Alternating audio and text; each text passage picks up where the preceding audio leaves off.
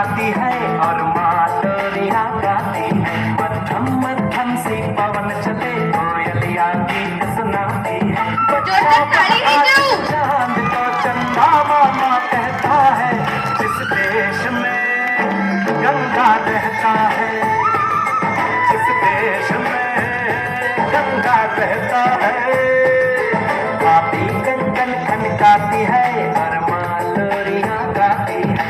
मध्यम मध्यम सी पवन चले कोयलिया गीत सुनाती है। बच्चा वहाँ आज चांद को चंदा मामा कहता है, जिस